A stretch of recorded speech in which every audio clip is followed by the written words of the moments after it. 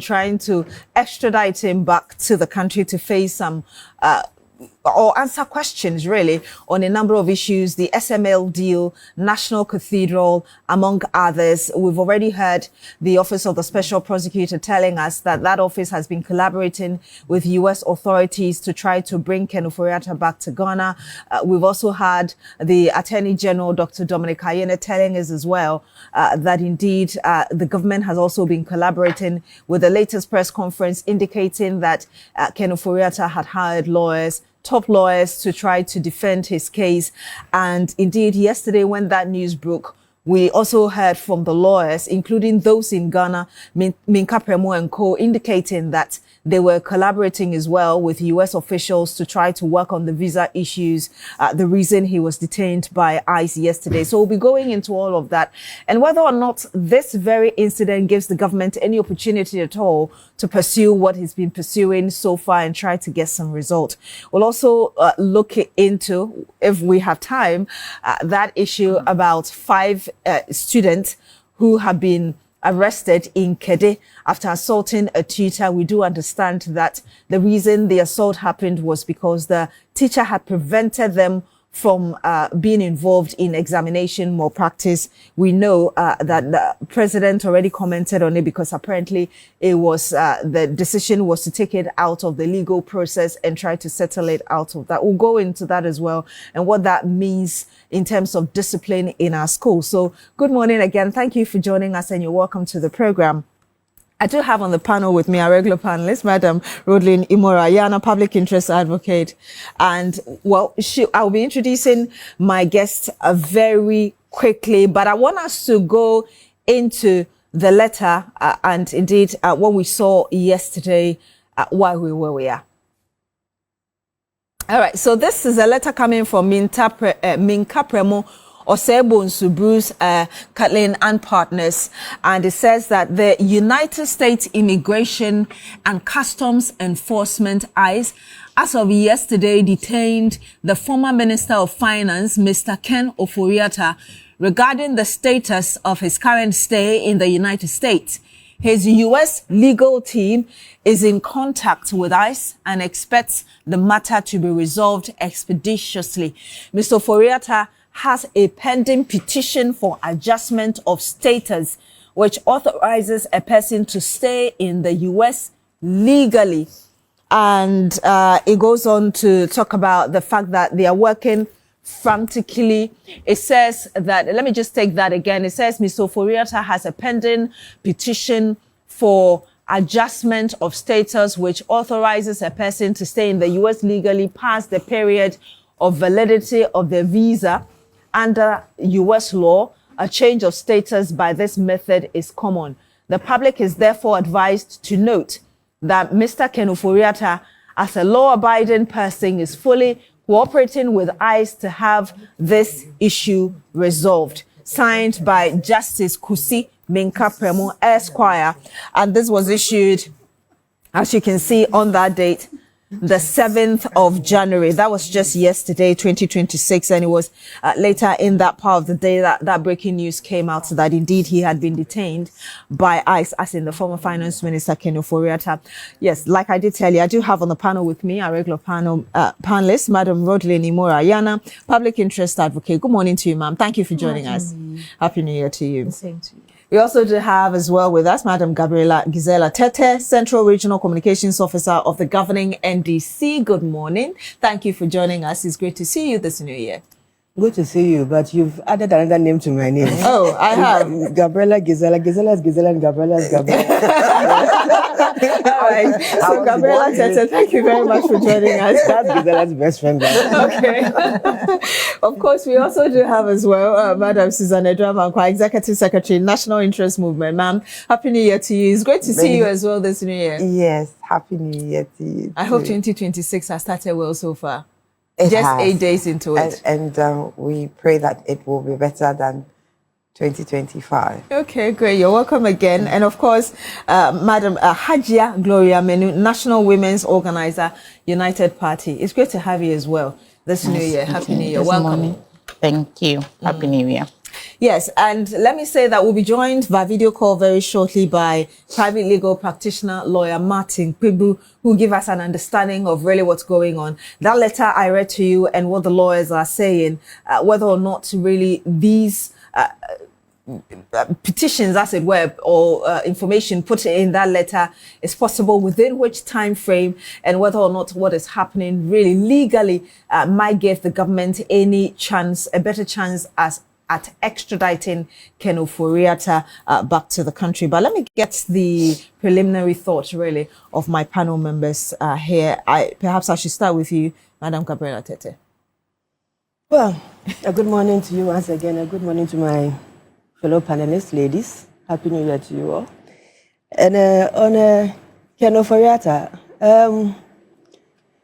it's interesting that, I mean, you can run, but some way, somehow, fate always has a way of bringing you back home, whether you like it or not. And there are a lot of people whose prayer topic for the last 5 years has been Ken Ofori Attah must face some form of accountability for the quality of his decisions when he was finance minister, and how those decisions, unfortunately, led such a large number of our fellow citizens into bankruptcy, into debt, and into, I can't find any positive adjective to give for the time that he was finance minister. And of course, you know, the government of Ghana is pursuing him for the period, his activities on the SML deal. That's a special prosecutors, quote unquote, project.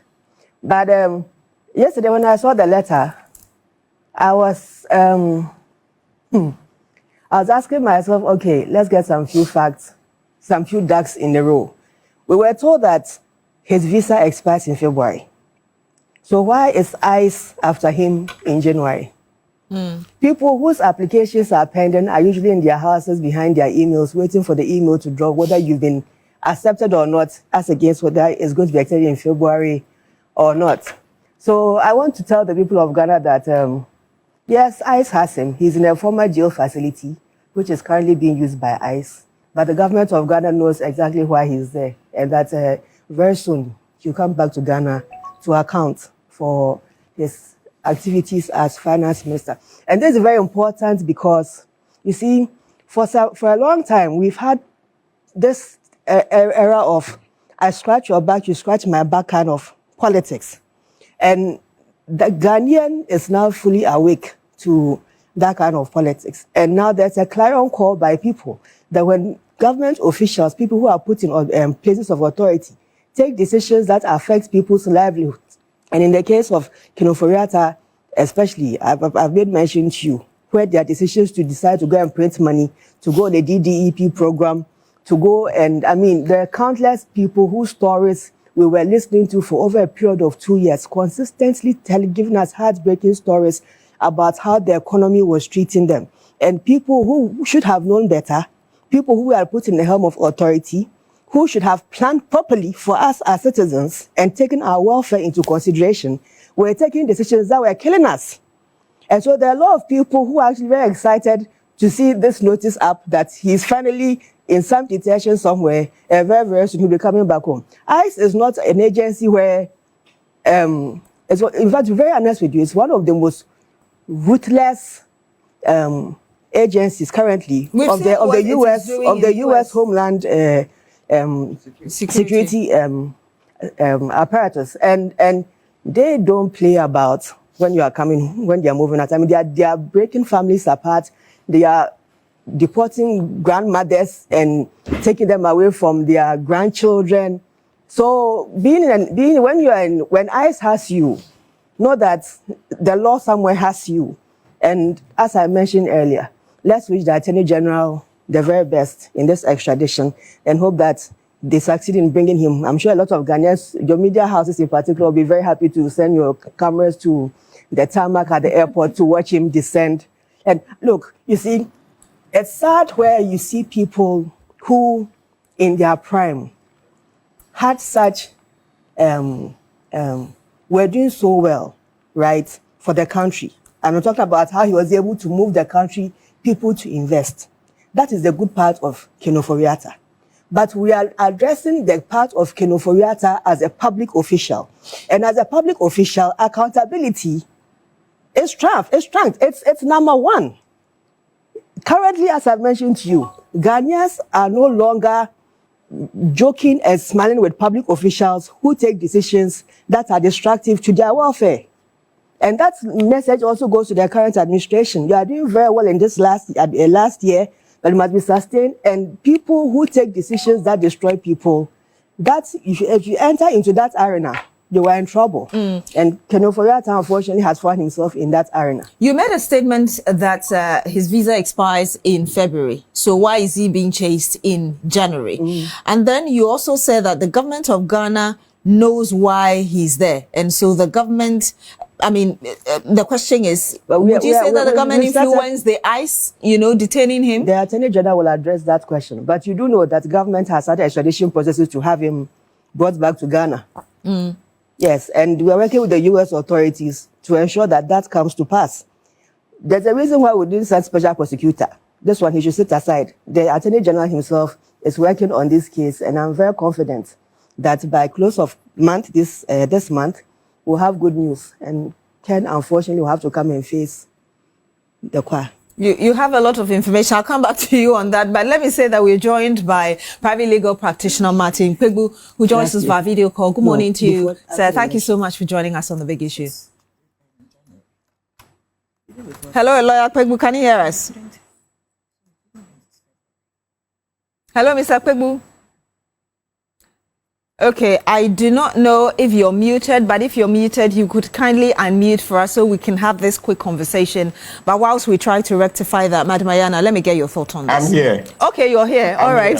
So I'll come back to you very shortly. Mr. Kpegbu, if we can see you right now. And my first question to you is really, what does this look like? This is a man who's been there since January 2025, and the government of Ghana, agencies here have been trying to get him. We're learning that his visa is expected to expire in February, and yet in January, we're seeing ICE detaining him. What does this look like? Also, bearing in mind what the statement the lawyers issued yesterday. Okay, so number one, at least it's a small good step. When I say small good step, what I mean is that we don't have too many details yet, because it appears they are yet to give us those details. But at least the fact that he's in custody is a small good test. A step. In law, you can be in custody, but the journey to take for them to release him to us is a very complex one, the extradition one. I think I heard one of our respected panelists say, hopefully by end of the month, we'll have good news. I'm afraid if we are using extradition, it will be too soon to have good news, because they are going to go to court. That's going to be a very bloody battle. Ofori Attah doesn't look like he wants to come, without a fight. So the court processes, etc., are going to take us years. So it's not an easy fight, unless at any point in time, he finally throws in the towel and says he wants to come. But if he doesn't want to come and he wants us to go through due process to bring him, it's not 1 or 2 or 3 months matter. Even the date they will appear in court, like to start the case itself, it will take months. They just don't start like that. In America, there are long queues. Sometimes in Ghana, we make opinions and it looks like we are the only people who don't get corrupt people jailed in 5 months, 2 months, etc. In America, there's a queue. So your case, you can be arrested today, but the case will not be heard immediately. It will take years, yes. So they also have issues. So let's wait and see. Eventually, we'll get the timelines as to when the court proceedings will start. Then my second point is that the matter about the visa.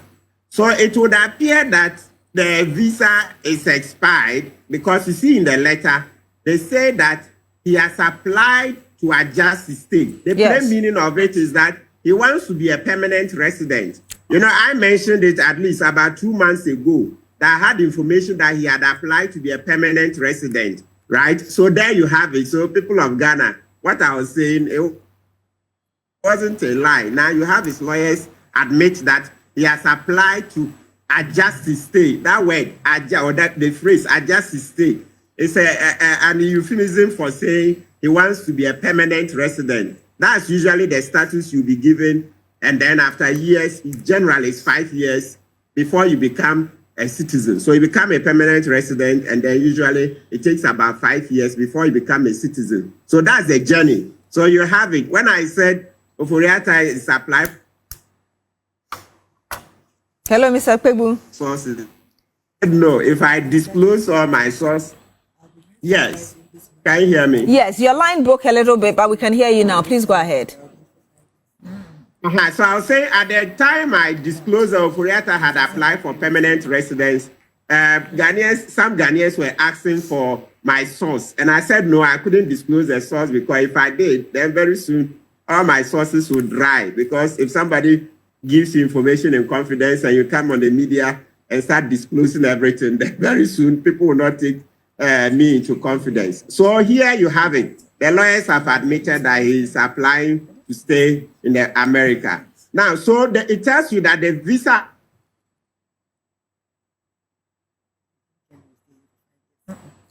Hello, Mr. Kpebu. As a maximum, unless maybe for medical reasons or something else, then they can extend. But usually 6 months. And since Ofori Attah went, even if you have a 5-year visa, so you use a 5-year visa, it doesn't mean that when you enter America, you can live there for 5 years. Usually 6 months. But maybe if by the end of the 6 months, you have a medical condition or something, that you explain to them, then, of course, when I say explain, they will ask for documentation and proof, etc. Then they can extend it. So once their own letter says that his visa is expired, that is it. So maybe we'll no longer go with the February visa story. Let's go with what the lawyers have admitted, that yes, his visa is expired, but he has applied for to adjust his stay, which I'm saying the meaning of. Mr. Kpebu, your line is not helping us. I think earlier I saw you were driving. If you could stabilize a bit for us so we can have this conversation and conclude. But I want to read a bit of that letter to you. And the paragraph 2 said that Mr. Ofori Attah has a pending petition for adjustment of status, which authorizes a person to stay in the U.S. legally past the period of validity of the visa under U.S. law. A change of status by this method is common. Looking at the circumstances under which the lawyers and Mr. Ofori Attah himself are working towards this, do you see a possibility of this succeeding? Well, I don't have enough facts to say yes or no. We'll wait to see. But I can tell you that it's very difficult. It's a difficult case. It's not a walk in the park. It's not a walk in the park at all. Because remember, we have applied to have him extradited. So now that ICE have arrested him, it means that presumably he's been arrested so that we'll now go on with the extradition proceedings. And under U.S. law, from the little that I have learned, okay, when we're doing Kpebu number 2 versus Attorney General number 2, for lawyers who want to follow, our Supreme Court, when they were deciding in Ghana that all offenses should be bailable, the case I took to court, one of them, that's the second case called, analyzed the U.S. cases and came to a conclusion that in the U.S., when you are arrested so that extradition proceedings will take place, they hardly grant you bail. They hardly. So lawyers can check Martin Kpebu number 2 versus Attorney General number 2. Our Supreme Court analyzed the U.S. cases and say in the U.S., if you get arrested as part of the processes to be extradited, they don't grant bail. It's hardly done. But they looked at our law and said, well, in Ghana, we want to go ahead of the Americans. If the suspect can give the necessary conditions, we should be able to grant bail. So in Ghana, you hear all offenses are bailable. All offenses are bailable. Right? In the U.S., when it comes to extradition, it's a very tall order. So his chances can be very slim. based on the analysis the Supreme Court made. Doesn't this support the point Madam Tete made earlier, that the government of Ghana knows why he's there, and even she going to the extent of concluding that there could be good news by end of this month? Couldn't that support that, as compared to the picture you're painting, that it could be very difficult to an extent, it could take years?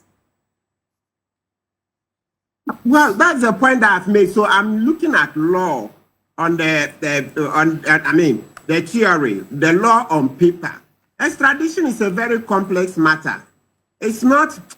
No, I'm not likely to shift my opinion. You see, I'm looking at the law, what it takes to extradite a person. Even in Ghana, you cannot get the extradition done within 1 month, much less in the US, where there is a longer queue. So it's okay. I mean, Beatrice, I'll be happier for it if you come by the end of January, because we have 5 cases against him. And also there's a civil case where I sued him, okay, this same SML matter, asking for recovery of the money.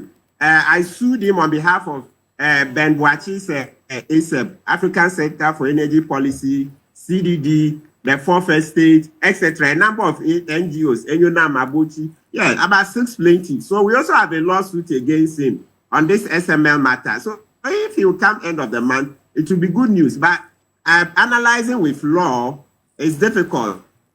Analyzing no, in law, you cannot finish. Analyzing with law is difficult. Let me ask you my last question, Mr. Pegbu. What do you anticipate, in as much as you admit that you do not have a lot of information, looking at the circumstances and the information we have so far, what do you anticipate as regards this extradition process and this new twist to it, detention by ICE? Yeah, so what I anticipate is a long, drawn-out, bloody battle in court, yes. Because he's going to fight tooth and nail. He's going to fight tooth and nail. So far, based on the strictures, based on the tricks he has shown, he says he will come today, he doesn't come, and etc. You remember the stories the OSP was giving us, those cock and bull stories. And you know, we've not spared Kisei Jabe for his role in allowing Ofori Attah to flee. So if you look at the story from last year, January, a year ago, and all the stories, oh, I was going to do surgery. He said he was going to do surgery. The surgery didn't come on, and he never informed the special prosecutor and never came to Ghana, etc. If we use those facts to analyze, then he's going to fight it in court. He's not going to just throw in the towel. But I always mention that at any point in time, maybe when Akufo-Addo and co prevail upon him, because, you know, Ghanaians are also asking Akufo-Addo that, what is he saying about his cousin not coming? Were we not here when he said nobody in his government was corrupt, etc. So now that we have corruption cases against Ofori Attah, and actually, I don't use the word cousin, I use brother, because in Cree there's no word for cousin, it's brother. So now that Ofori Attah, Akufo-Addo's brother is facing 5 corruption cases, it's time for Akufo-Addo to step in and ask him to come, because Akufo-Addo, we kept complaining that Ofori Attah is corrupt. Ofori Attah is corrupt, and Akufo-Addo kept denying that no, nobody in his government was corrupt. So now we have it. So Akufo-Addo has to prevail upon him. So if they prevail upon him, yes, early good news. But if we say we should use law, no, I don't see this happening in less than 9 months. But do you also think that perhaps with ICE coming in now, there's a possibility that he could be deported soon? Okay, so saying that he's overstayed his visa, so they'll just do it. Remember that the lawyer is stated in the letter, and I have some experience of it, that he has a pending application. Oh, if they choose to deport him soon, go, oh, well and good. You know, Donald Trump's America is a bit different from the America we usually know. So if they want to say that, look, notwithstanding his application, they just want to deport him, they will not do extradition, okay, it will be better for us. We will be happy. So what Madam Tete is saying, if hopefully, well, I don't want to go too much into it. So say it is that they will just do a normal deportation because he has violated his visa. We'll be happy for it. But I see the letter also states it, and I also can say that the America I know. I mean, looking at those days we started going to America over 20 years ago, it was common that if you have an application for permanent residence and they've not yet granted, you could stay beyond the 6 months. Yeah, then there is a penalty.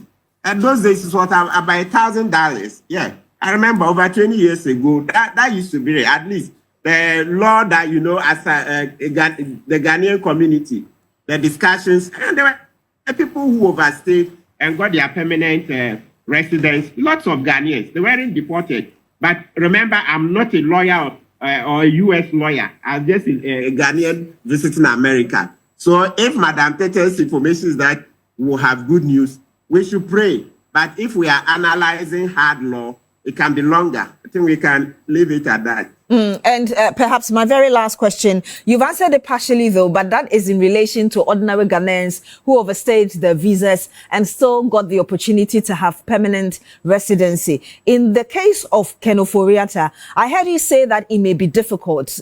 Was that to mean that they may not eventually end up getting that for him because of the circumstances surrounding his stay in particular?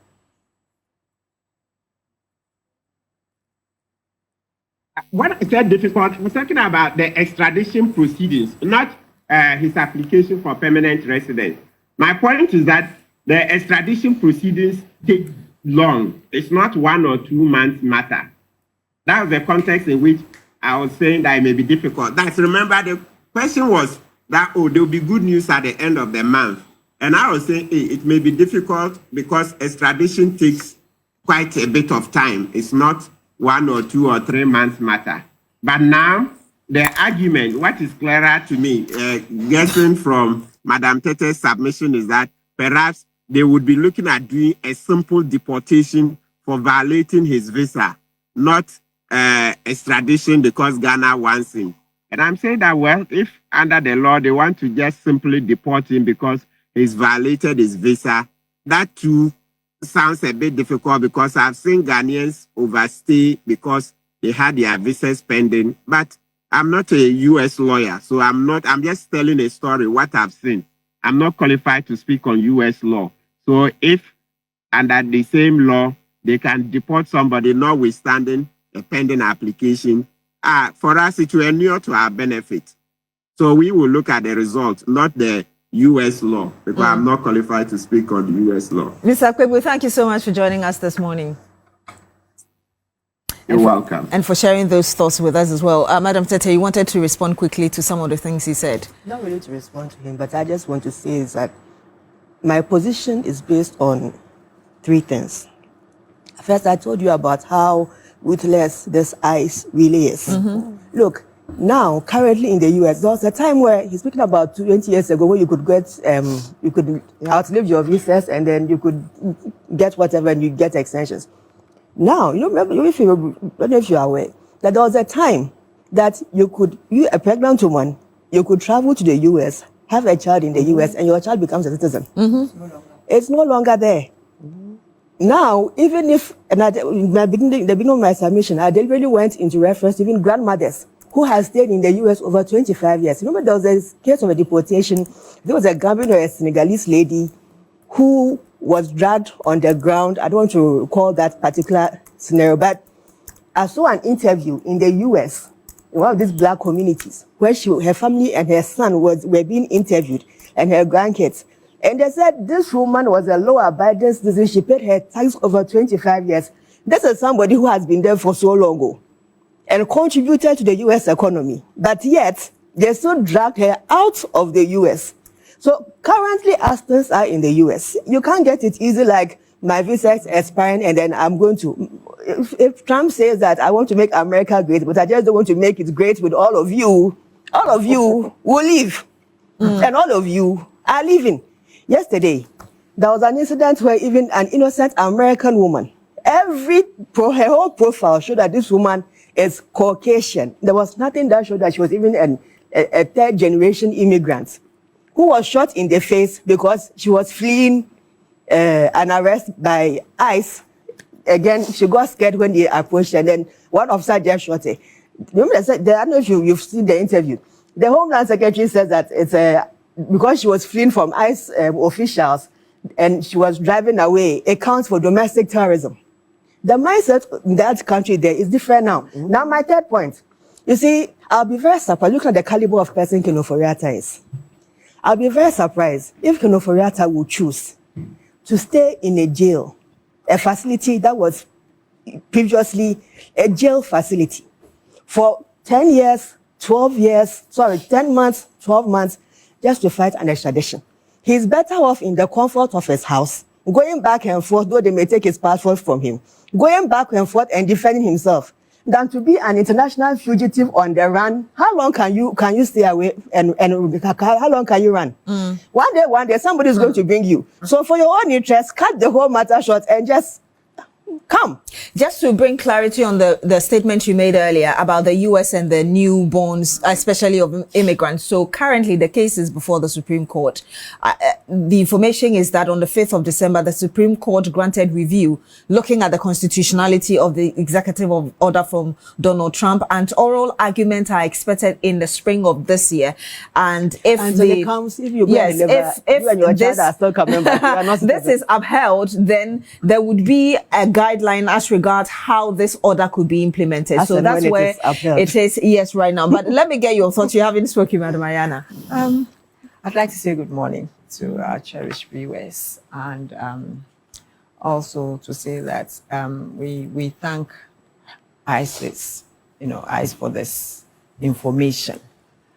There are a few questions I would wish to ask Mr. Kwebu. I don't know if he knows, but one of them is, did Ofori Attah travel out of this country on a diplomatic passport, or did he go just on a Ghanaian passport? I wish we could know that and its implications as a diplomatic passport holder or a Ghanaian passport holder. The other thing is that ICE has, did Ofori Attah go there? Was he invited or was he arrested in the premises of ICE?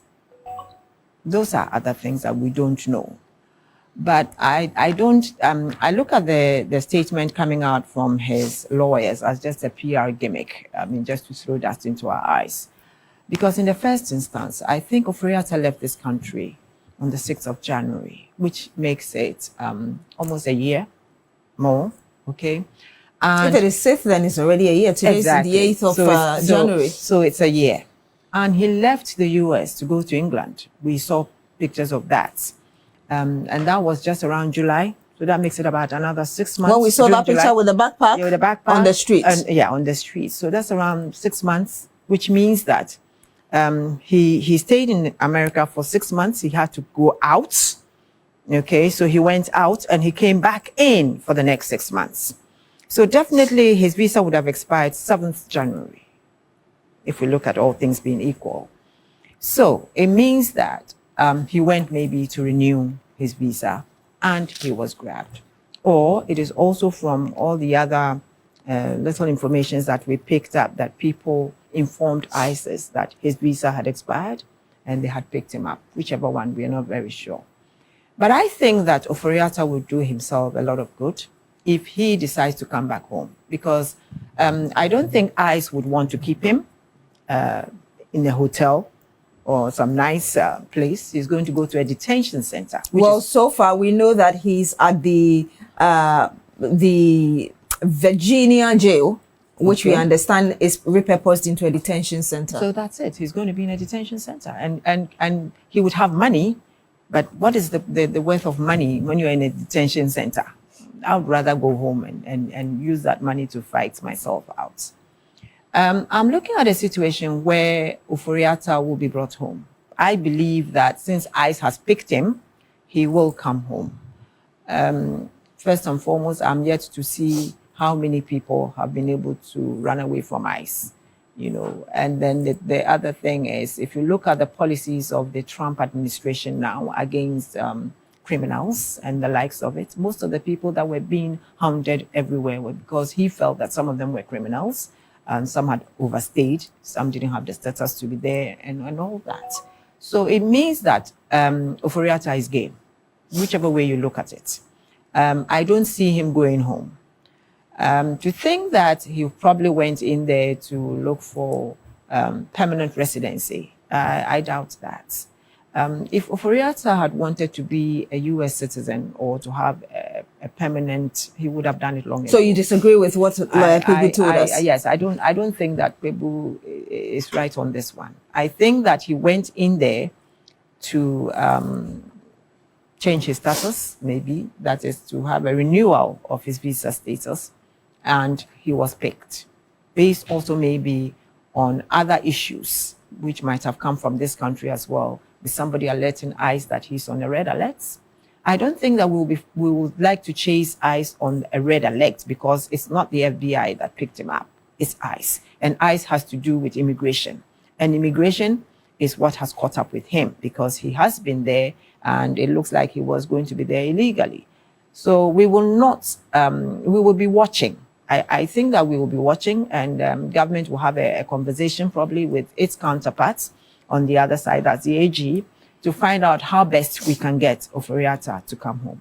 But I am expecting that the Americans will play ball, because we have also been very good with them. We've allowed the FBI to come here and grab Ghanaians and take them back and all that. So they should be able to also do us this favor, where the Ghanaian, as it stands today, is expecting that our finance minister, I am writing a thesis on him, bonds and haircuts, scripture quotes. You're writing a thesis? Of the finance minister and its effects on Ghana.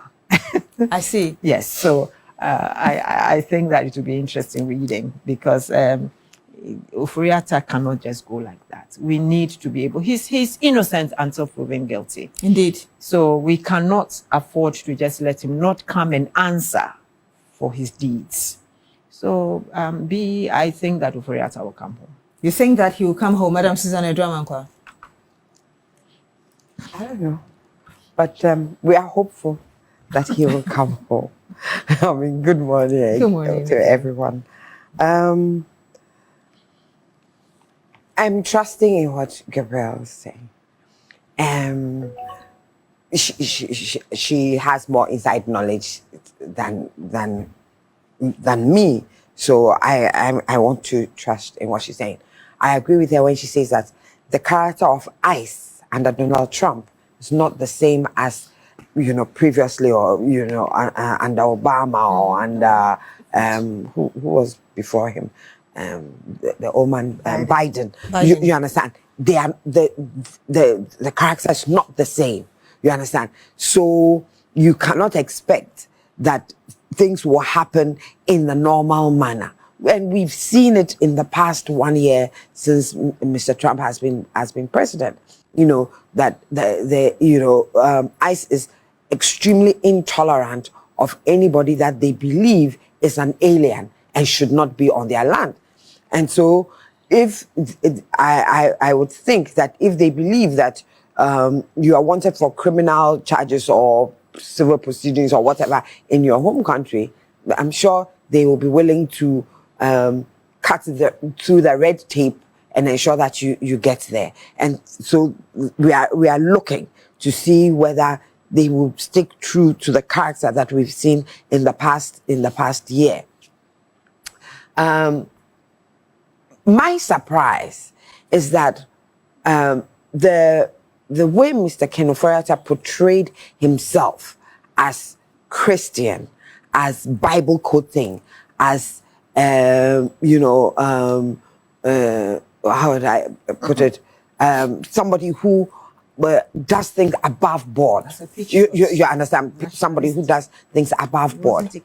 If he believes that his actions were innocent and that he did it, for the greater good of this country, and yes, he may have made mistakes, but he did it genuinely, out of a genuine love for this country, and that it may not have taken the turn that he thought. He should come and defend himself. And the God that he had been quoting, and they will see him through. I mean, then that means he's even disbelieving of the God that he trusts. He was quoting the Bible every time. You understand? And the white that he was constantly wearing to glorify his God. He's doubtful, extremely, that he will be saved by the fact that he is being truthful and that whatever actions he took came out of the abundance of his heart. A few critics think that this is witch hunt. You don't think that perhaps is the reason Well, if, if people believe they are witches, they should be hunted. I mean, I'm not, that's not even an issue for me. I mean, does he think he's a witch? If he thinks he's a witch, then he should be hunted. If he doesn't know himself to be a witch, then nobody can be witch hunting him. You understand? So I mean, for me, it's not anything. I think that the extradition processes were started, unless I'm mistaken. Yes, but had been started. So definitely they are. You know, it's not as if they are now coming to start the extradition process. I think that ICE and everybody in the world is very well aware that this country had started a process to bring him home to face charges. So for me, it's not a new process about that ICE has gotten him. That and so we are that long. Yeah, I mean, they must have gotten somewhere. So if under normal circumstances, the bureaucracy and everything was going to take 2 years, I think by now we should be able to cut it down to 6 months or whatever. You get. And I think that, you know, for America to continue with its reputation that they would want to protect the resources of other countries and that they are intolerant of crime and etc. etc. I mean, it will be a good PR for them to say, okay, your country is looking for you. You want to change your status. We think that is unacceptable. Your visa has expired. Go home and face those charges. If you are declared innocent, you can come back and visit us. You understand? It is even good for the image of America than for America to say that we are going to keep him. You understand? When your country is looking for you with corruption charges, it doesn't. It won't make sense to anybody. And then it will then show a certain hypocrisy that as for some people, you know, they should face charges, but as for some people, no. I don't think that is the image the president wants to this thing. I'm sure they will help us cut through the red tape and bring him home. Haja. Okay, so finally, I'm in white. I remember a month ago. So you wore white because of yesterday? Yes, of course. I see, okay. Moral support to Ken, wherever he is. I don't know whether he can wear white this morning, but then I'm supporting him wearing white. And yes, you know, by now he would have been wearing white. He's always in white, most of the times. He's always in white, so. Anyway, we Ghanaian youth, Ghanaian citizens are finally, gradually getting at ease. So if I hear the comments from someone, he's saying Ken is coming home, and we have the vision that Ken is coming home. It's been almost a year that we didn't even know his whereabouts. Now we know where he is. We've already submitted our extradition, and ICE has gotten him. Let's add the dots together. This will not be something that we will sit back and relax and see that we're not seeing the future that he's not coming. Now we are seeing that definitely Ken is coming home. We are trusting in the US government that if he's been able to do it for other countries, Venezuela, US was able to go to Venezuela, get their president to come back to the US and then for him to face charges. They should also as well do same for us Ghanaians. Ghanaians are trusting in their legal judgment that we have been looking for Ken for a long time. Even though it's allegations and charges against him, we are expecting they hand him over to us peacefully. He should come and tell us that his hands are clean. Just like I said before, and Martin, lawyer Martin just confirmed. I was expecting Nanado to come and plead with his brother. Our integrity as MPP, my integrity as the former president, bringing you on board as my finance minister is at stake. It should also be a campaign message for our flag bearers of MPP, Ken Kennedy Baumia and the rest. Baumia, to say, I will bring Ken. If I don't bring him, don't vote for me.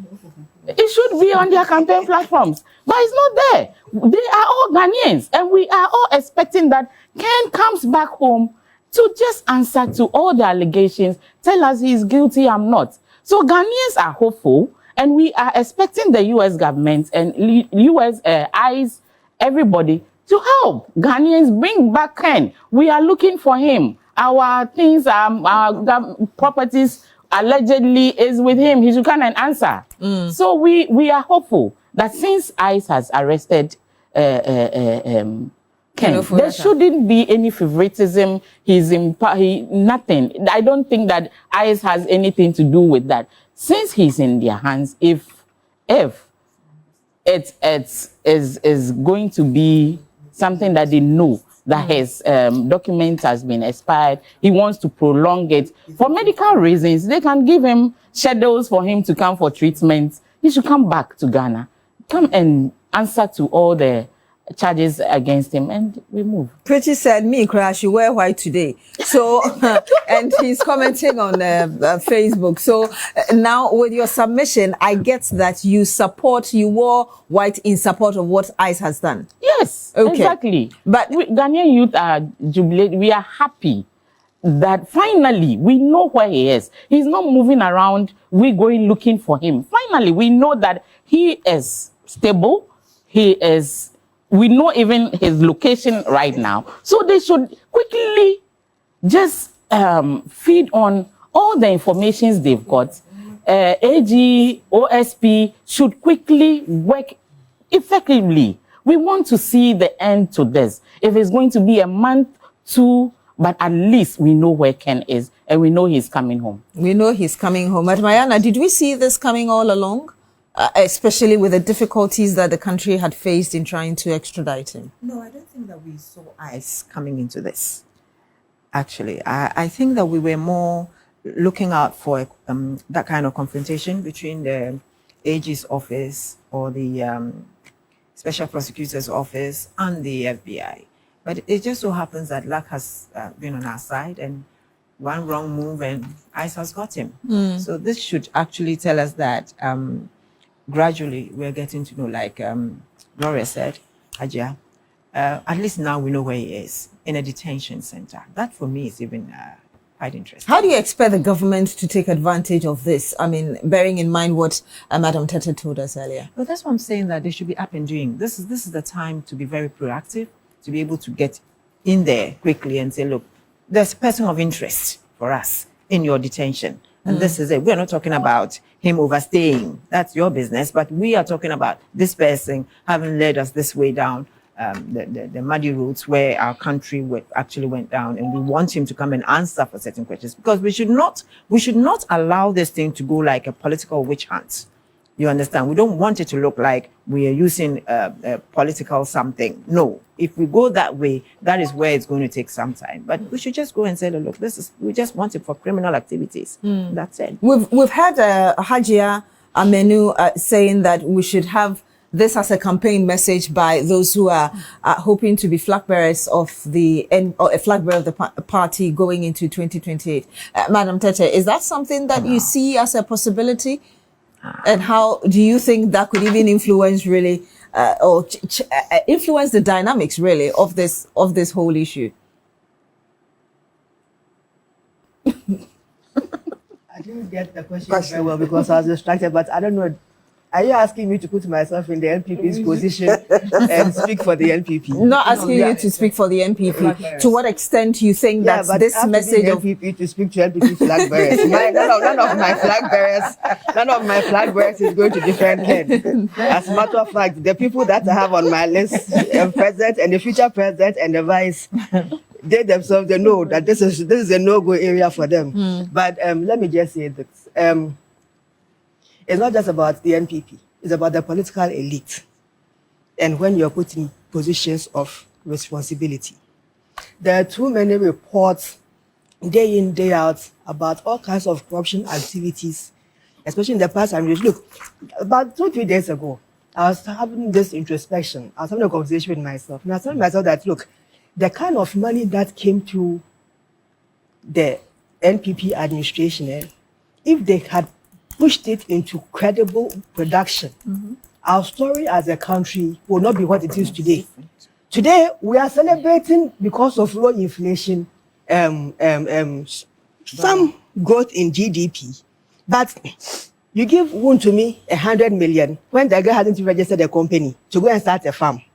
And he's taking the money. There is no farm. There's no registered company. And then, 100 million. I'll go and ask AGI what they can do if they are given 100 million to give to their members, to invest in their businesses. We are crying for jobs. The economic stability we are seeing today, right now we need it to create jobs for the youth. Because the young people, even those, some people have been at home for like 6-7 years. Anytime I go on Facebook, I have to avoid my inbox because it's not easy. I can't create jobs. It's not easy. But there are a lot of promises to create those jobs. And those jobs have to be created and those jobs thrown up so that people can have the opportunity to also earn a living and build their dreams. Any politician who is given a responsibility and you take decisions that inure to the detriment of Ghanaians, don't expect that they are coming to cheer you on. What they'll do to you is what they are doing to Ken today. You could have been a hero projecting this country for people to invest into bonds and shares and treasury bills and e-bonds and all kinds of things over a period. But so long as you accept responsibility to be a public officer, that alone comes with these responsibilities and accountability in this kind of dispensation. It's a must. Then this is very much, I was listening to His Excellency at the prayer session. And he was the Thanksgiving program. Yes, and he was telling his appointees. And I was saying that, yeah, that's it. Because, Charlie, if you lose track, they'll grab you by the neck and the waist. It won't be a laughing matter, you know? So as much as we are interested in how this country moves forward, but we want to see that there's accountability. And I think that Ken, in his own interest there, he should work with the government to bring him back safely. You are better off in your house, going to court every day to defend yourself, because you're not being convicted yet. You still have a right to defend yourself. And rather go to court and fight your battles than to be on the run in perpetuity. In the end, you think that the country won't get you. It's just a question of time. So how long do you want to stay out? For me, that's my 2 cents on this issue. But for the politicians, the NPP politicians, if you ask me, none of them will even make 50% in 2028. So they are non-A for me. You don't want to talk about that. But I'm coming back to you, Madam Susan Edouard-Mankwa. To what extent should this serve as a deterrent to those in government, like we've heard Madam Tete say, and even those who are aspiring today?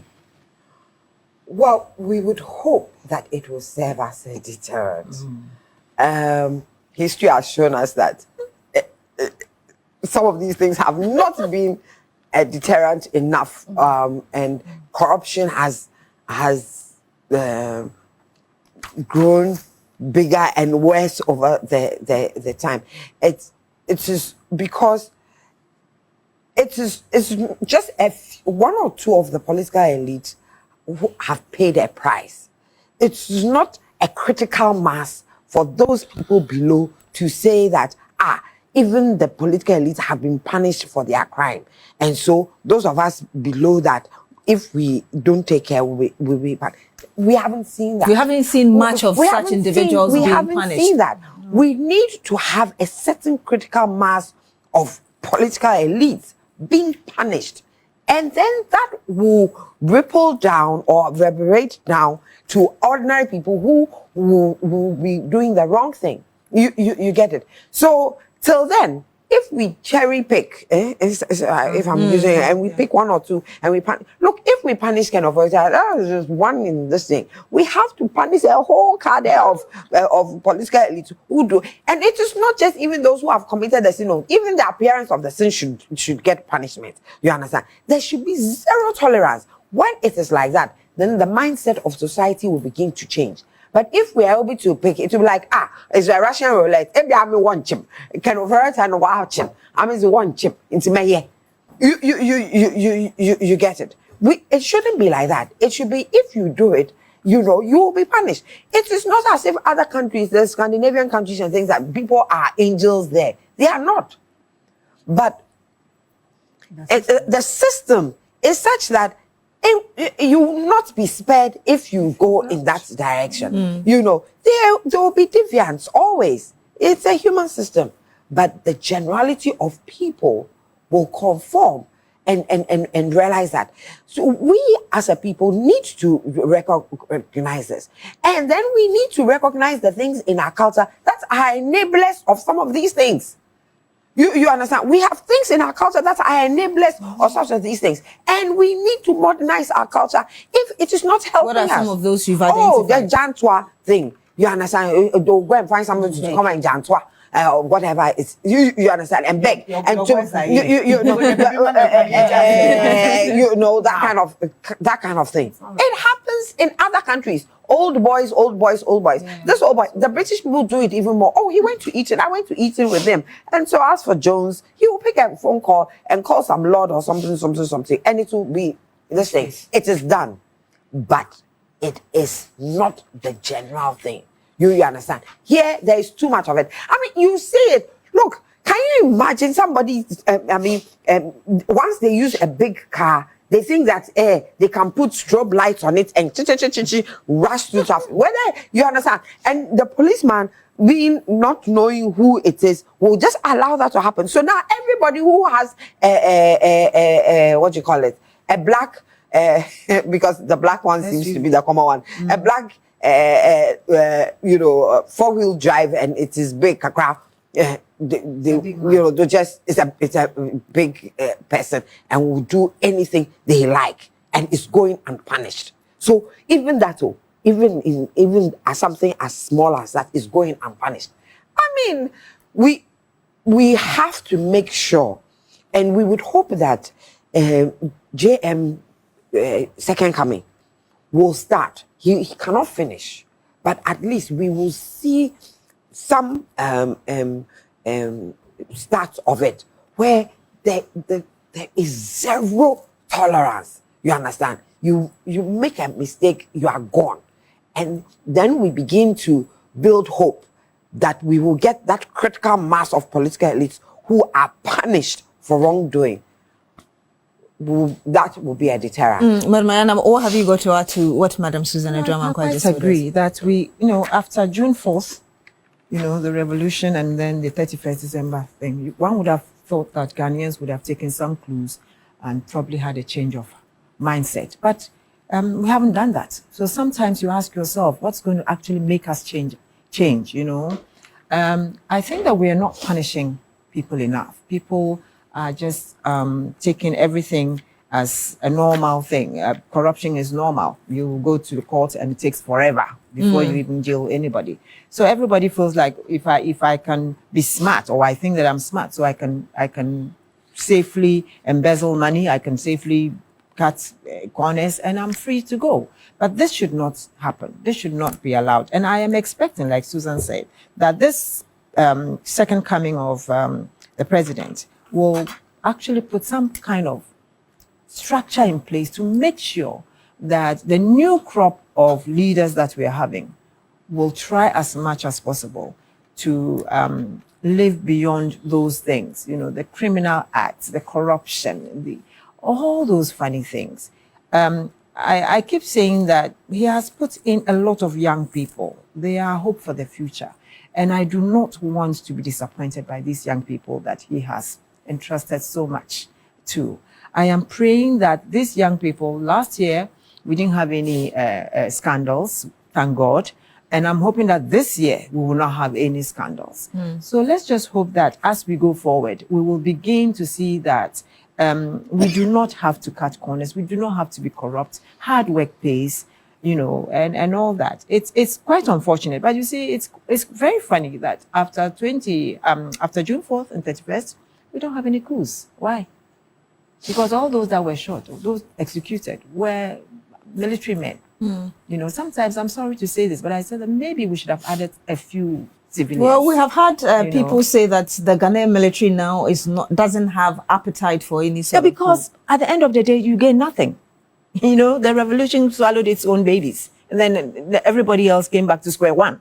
You understand? So there's nothing in it. But now it's the political elites that are in the game, and they think that it's forever. Nothing's going to happen. And we are happy to sit somewhere and say, oh, there can never be a coup. There can never be that. You know, but that, for me, there's no such word as never in politics. You understand? So we have to be careful. We have to be careful. And I think there was this phrase that statement that I think the president said, that if he's not able to fight the corruption, if he doesn't punish, you know, with this oral, the boys will come for him and the ex-president. And I think he was right, because we are all expecting that they will do the right thing. We are expecting that Aura will go after everyone, and that those who are found culpable will be punished. That's the only way to go. If we do not punish people, then it means that we are actually encouraging them to continue to do what they do. And that is wrong. That is wrong. Hajia, in addition to punishing individuals, Madam Imora Ariana is also adding the bit about putting structures in place. What have you got to add to that as well? Okay, so not just putting structures in place, but I want to hammer on the part where she's talking about behavioral and mindset change. In Ghana, everybody is thinking that immediately you have a little of power, you should stop living a certain life. I remember from TV3 picking a trotro to Nima Market, and someone, oh, madam, I just saw you on TV3. Hey, Ofo trotro. I'm like, oh, yes. Not just the mindset that if you have a position, but the pressure the public people to live a give particular way to ministers, MPs, and people who have access to parliament. They all think that immediately you are in that space, you should live a certain life. You should be in the likes of the V8s, the big cars. You shouldn't even be in traffic. So it's my plea to ask the youth that we should also live a life that we want to see our future corruption-free.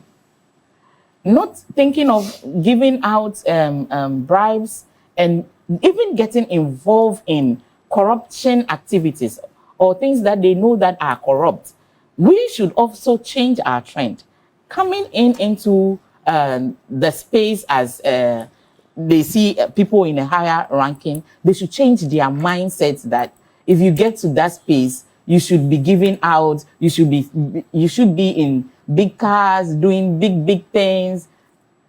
All that has to change. Our mindset have to change. Because I know that sometimes it's not those in big positions, their mindset to loot or steal or do something that is corrupt, but the pressure coming from their community, their family, and everything. So it is a wake-up call for all of us that if you are in a position and you see something that is going on wrong and you are up there, you should know that whatever comes wrong, it will affect you.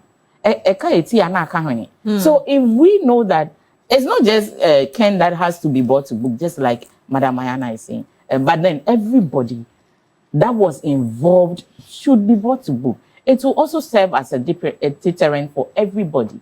We should look at how Ken is suffering now, wherever he is. Even his home, I don't know whether he will get a kokonte and pepper to eat wherever he is. But wherever he is, he should think that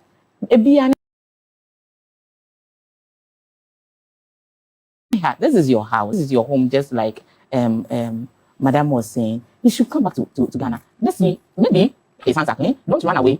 Maybe you didn't do anything wrong. Just come, justify whatever is going on. And then my plea to Ghanaian youth, let's start training, rephrasing our minds that if you have a position, don't abuse it. If you have a position, don't abuse it. Madam Susan Edramankwa, you were making a point earlier that we may punish Ken Ofori Attah if evidence proves that indeed he was at fault.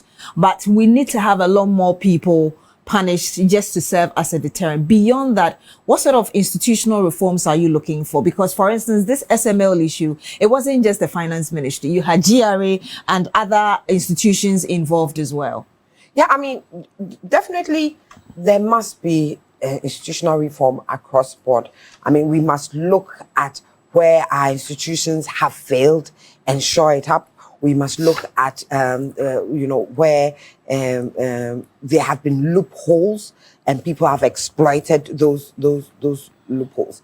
And, I think that we all know that it's not just politicians who are corrupt, and that, you have a lot of civil and public servants that are corrupt themselves and enable the corruption by the politicians. I mean, the politicians work in a certain environment, and that environment helps, and there are people who enable it to happen. So, I mean, if somebody would tell you that, look, if you go for a contract and the contract is maybe 10 cedis, before you get home, the chief director will call you and say, please make that contract 50 cedis, because you have to give 10 cedis here, give this here, give that here, and give that here. And it happens. We are just turning a blind eye to it, but it happens. Do you understand? So the contracts are supposed to be 10, because they will tell you in your face that if you keep to your 10 cedis, we will take our whatever. So you end up doing a shoddy job. You understand? Because you would have budgeted genuinely for the work to be this. They will take their money out of it. And what should be left, you will not get a good job. So sometimes the shoddy jobs that we see, in terms of the contracts and the roads and whatever shoddy jobs that we see, it may be that the contractor is trying as much as possible to be, to be within a certain budget, and the people who are actually corrupt just say, look, people are going for their pay. And the government owes them. They have to pay to be paid. Do you understand? They have to pay to be paid. The money that they have earned, though, they have to pay money to the accountant and controller, whatever. So that yes, we live with that kind of corruption. You get it. It is not only them that must be punished. It is. I mean, when I said politicians live in a glass bowl, it is easy to see theirs, you understand, and punish them. But we must punish civil servants also, or public servants also. You understand? When we are cutting, the strike should go wide and rip people in, so that when we say reset, we are resetting. It should be, and I liked something that the constitutional reform, they said, let's have an ethics board. It's something that I have been talking about, an ethics board. Look, there's so many things that are happening that you need some people to look at the ethics of it. Even in health, you understand? Our health policy, in what direction are we going? Do we want to do a lot of genetic research? All those things. What are the ethics behind? We have to do that. When the government is going to take a particular action, this action, even a road, what is the ethics behind making doing the road such that people benefit? These are some of the things that need to be done. So when we talk about reform and reset, we like the constitutional review that has gone on. We should make it happen. We've done this constitutional review since, at our mills. We haven't gotten anywhere with it. We want it. It should come. We want to vote for our DCEs. We'll look you in the face, and if you don't do as we think that you should be done, we kick you out. And it should not be political. We don't want to get into that NDC MPP thing again. No. It's enough that we do it with the MPs, and they say we don't want to do it at the ground there. I think that there's a lot that this country needs to do to turn around, and we hope that the present leadership will have the courage and the support that they actually need to make sure that there is institutional reform and institutional reset Otherwise, we are going nowhere. And we are going to Kade very shortly, but let me get your 30 seconds final word on this before we move. So I think we've all made the point. I think those who are close to Ken should just advise him that he's between the, what's the expression? Hard place and what? A rock and a hard place. So you just come home and fight it out. You are better off fighting going up and down and fighting for your liberty and freedom than being, how can a respected man like Ken be sitting in an ICE facility, a former jail cell? Let's go to Kade now in the Eastern region, and we understand that 5 individual students were actually arrested after they assaulted a teacher, and that teacher apparently has stopped them from being involved in examination malpractice. We know that they tried to take this issue out of the legal process. The president commented on it. Let's first watch the president giving his thoughts on what has had transpired before we come back to the current situation.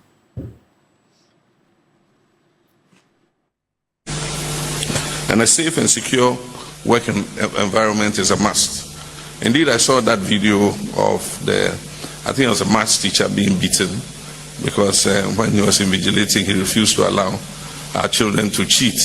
And they had a sense of entitlement. And so why did you not allow us to cheat?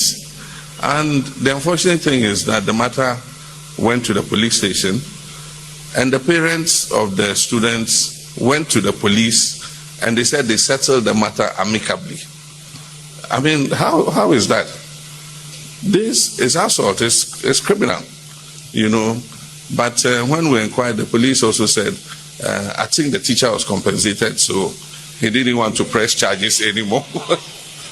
But I said, at least the children should have been booked, they should have been taken through the legal process, and at least, if nothing at all, they should have been bonded to be of good behavior for a period of time. And then we'll believe that justice has been done. But just for parents to come and, you know, pay a little compensation, it will encourage others to do the same.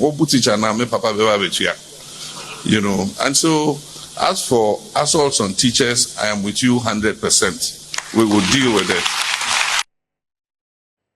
President Mahama there giving his thoughts on what had transpired. But like I told you, 5 students, they have already been arrested and obviously are going to face the court. They actually originally faced the Kade court earlier, and the case is currently going through the legal process. But let me start with you, Madam Ayana, perhaps. Really, what does this say about, or how will this influence discipline in our schools? Because you remember last year we spoke a lot about violence and all these things in our schools, and now a teacher has been assaulted and the president took it upon himself to comment on it. Yes, and I'm happy he did, because I think that indiscipline is becoming a thing that is going around almost all the schools. And what hurts me is that these are young people, and you would expect that being in school, they will be there to learn and to at least have a sense of something. But instead, the news coming from schools of late is not been pleasant. Not only are they burning, at the least provocation, they go destroying school infrastructure. And you ask yourself, this is infrastructure that you don't even have. You know, it's not even enough. So you go burning your library, you go burning your dormitories and your dining halls and the likes. And then to end it all, you go attacking the very people that are teaching you. Why? I mean, is it wrong to be a teacher? Is it a crime? I mean, teachers they've not been treated well, honestly. Teachers in this country have not been treated well for a very long time. I know that things have been tough for every government, and also the fact that population has grown and therefore a lot more people are in school, and then we need a lot more teachers that are not there. But then if you look at the situation and you look at the types of students that are coming up these days, the effect of smartphones and the effect of technology, what they see, they're learning the wrong things, I think. You go to school and you're told that you cannot discipline a child. We were growing up, the cane never killed anybody. You understand? A little tap there, I don't think it's harmful. But now it's like you cannot even discipline a child. And a lot of people, somebody said, look, I did a survey and asking young people, nobody wanted to be a teacher because teaching now is equated to poverty. You're a teacher, you're a poor person. You don't have any respect. And that is wrong. I mean, these are the people that have schooled, our leaders. I mean, teachers teach everybody, and yet you go attacking them. Who are you? A student. You go, just watch that. And I saw a mother, like, Kojo, welcome you. I said, yes, you didn't train that child well at home. Parental care. We are not looking after our children. I said it once here that we are all running after money. I mean, you've said it a few times. We are just running after money. We are not taking care of our children. And these children just go. Now the children even have more power than us. And what has even worsened it, I'm sorry to say, is this free education. A child used to be, at least you could scare the child a bit. Well, if you do this, I won't pay your fees. And that child, kind of like checks him or herself.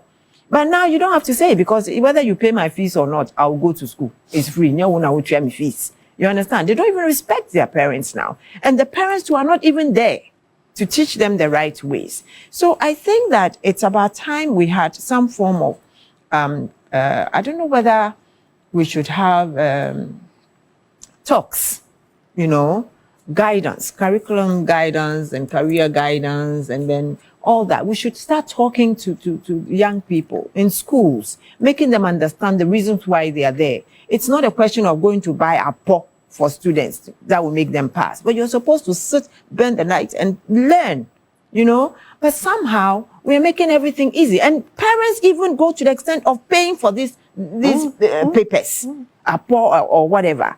You find people passing and they can't even speak English. They cannot write any constructive sentence, but yet they've got their grades. Why?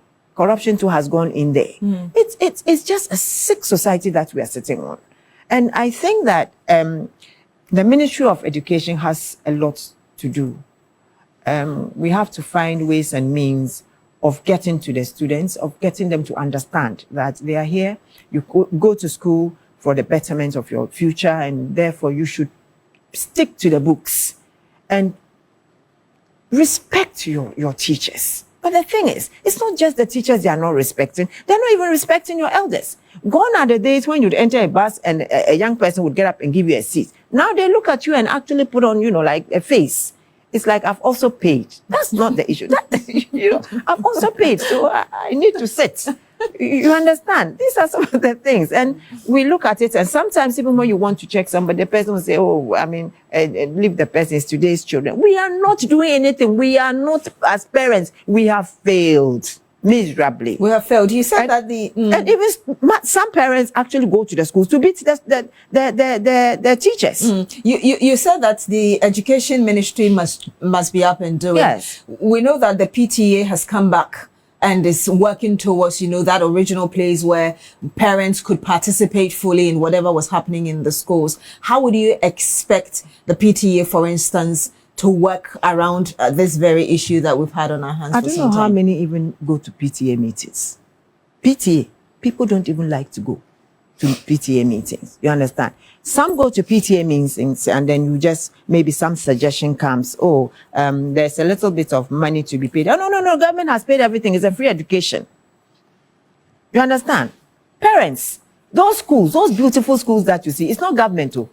It is PTAs, all students, and, who make it possible. So you cannot go and sit at home and expect that somebody else's parent will go to a meeting and come out with a decision, and you decide that, no, I will not abide by this because it's not government policy. Some of these things happen. PTAs, they were having tough times, and a lot of them just couldn't handle situations. You get me? So I think that as parents, we should start, at least talking to our children. I read that the Greater Accra Regional Minister has said that any child below 18 years found after 12 a.m., that person will be arrested. I'm very happy. Not just arrest the person, arrest the father and the mother as well. Arrest the father and the mother as well. Prince Nanaya Oyok says, good morning, Beatrice. It's unfortunate that he's referring to Mr. Ken Ofori Attah, sought medical treatment abroad and now seems determined to stay away permanently to avoid facing accountability. My earnest prayer is that Oro doesn't fail. Ghana can rise again. And a number of you have sent us your messages. Hopefully we're able to read a lot more of them. But Madam Susan Edwamankwa, your thoughts on this very issue? Well, I mean, you know, cheating and what do you call it, during the exam seems to be a norm these days. You accept it. And like Brother said, parents are the ones buying some of these apple for them and enabling it to happen. And without the thinking that what kind of child or what kind of adult am I bringing into the society? You get it. I mean, the moral fiber of this society is torn, is in tatters. You know, it's in tatters. And we have to blame my generation, because we were afraid of our parents and now we are afraid of our children, you know, and we haven't brought them up properly the way that we were brought up, you know. Yes, we have to find the balance of ensuring where children are assertive and children are aggressive. There is too much of the penchant now for children to be not just assertive, but violent also, to be aggressive. So we should balance that.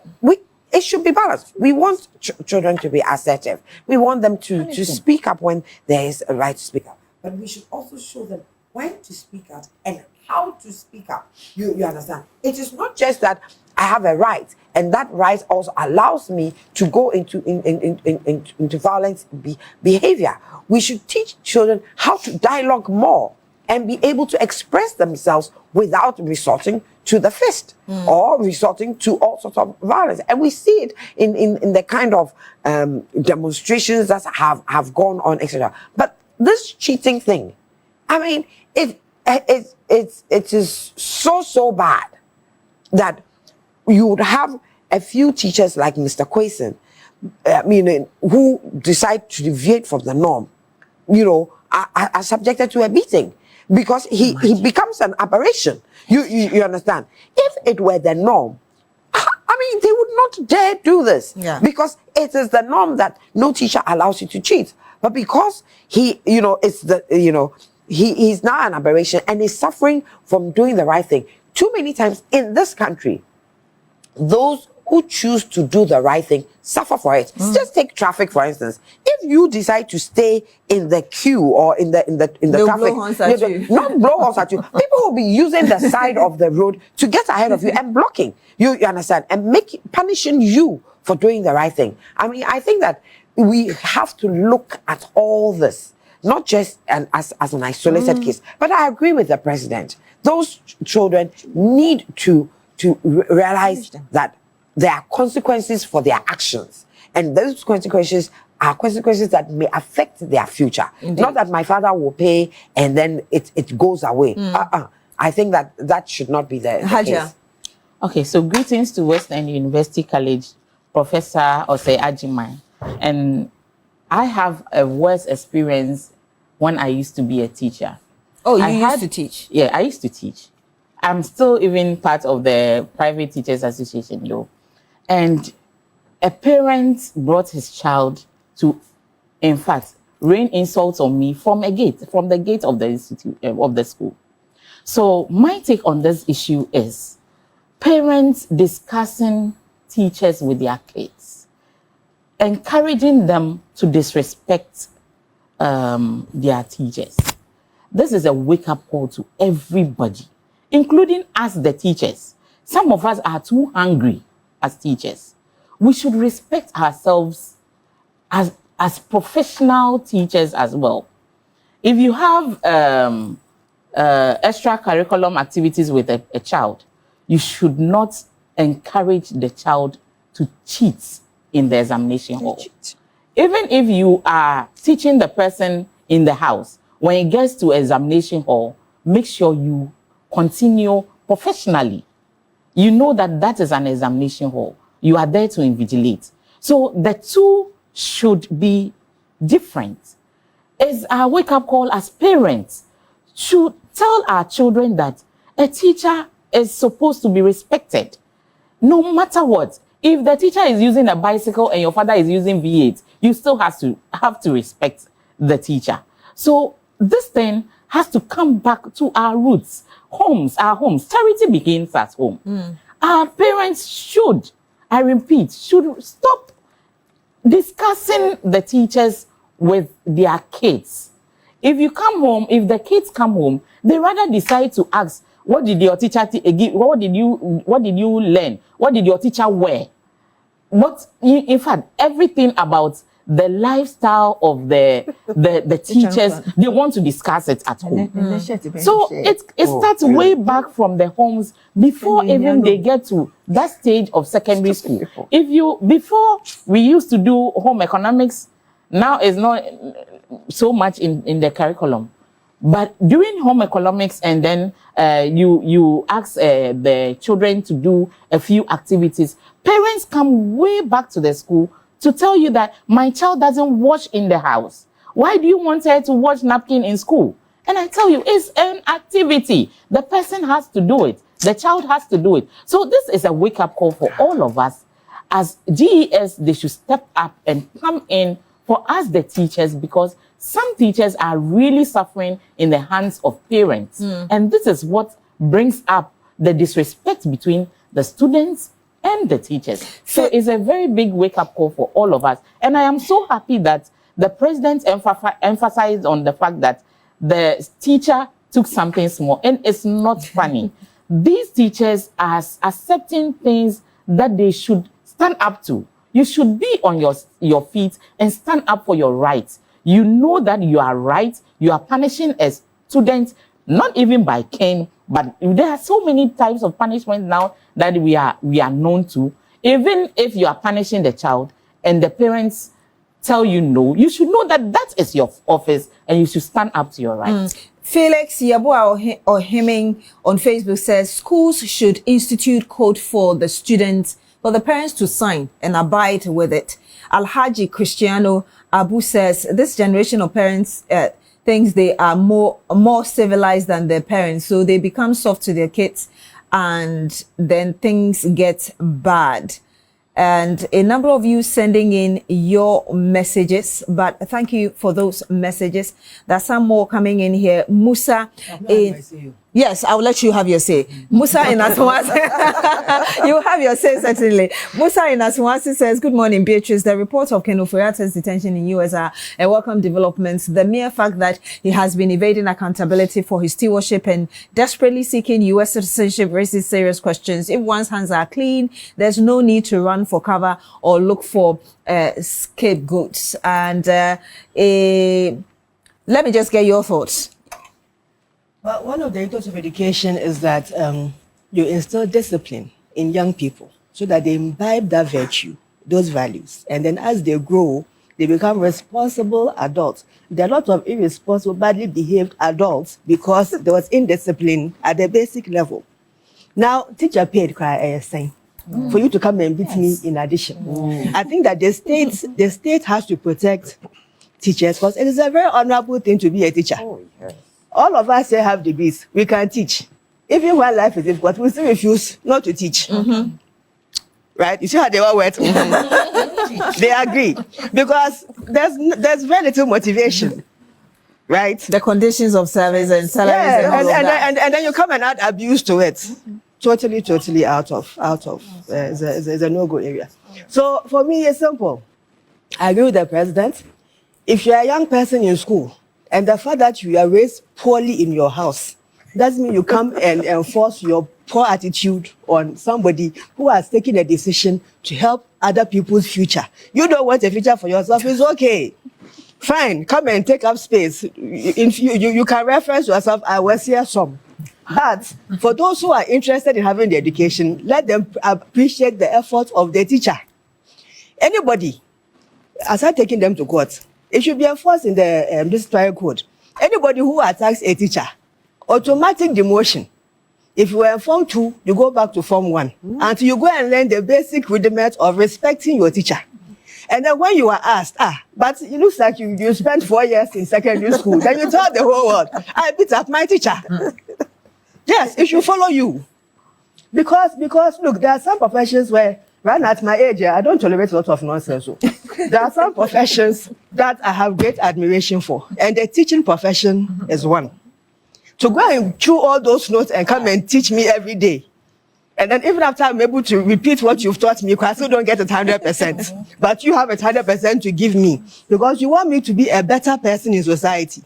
At least the little I can give you is respect. And if students can't give that respect, then there has to be a system that will have to teach you. And this thing about the parents going back to beg and stuff, my dear, if it's in the disciplinary code, then it is the law is the law. You understand? It's not who is coming to beg anybody. And the whole black and white, when you come, you sign. When you look at the performance result of the grade A schools, they're able to enforce that discipline, because when you come, the rule is there for you. And then you append your signature. But some of the other ones where I don't want to mention grades, where you do things anyhow. You get it anyhow. So those administrators in those schools also have to push more and make sure that they have disciplinary codes in their schools. Look, right now when you go on TikTok, the kind of rubbish you see from there's a particular generation age group, something them, fire them, husband them, and I'm like, so your parents see you damning yourselves, and they feel good like you're on TikTok damning yourself with numbers. Yes. Send that to Makola Market in 3 years' time and see if them buys you anything. Please let me get your 30 seconds each. Okay, I'm told we've run out of time, but thank you very much, Madam Gabriela Tete, Central Regional Communications Officer, NDC, the Gaming NDC. Also to you as well, Madam Susan Edra-Mankwa, for joining us, and she's Executive Secretary, National Interest Movement. To you as well, Madam Rodelyn Imora-Ayana, Public Interest Advocate, and to you, Hajia Gloria Menu, National Women's Organizer, United Party. Thank you very much for joining us.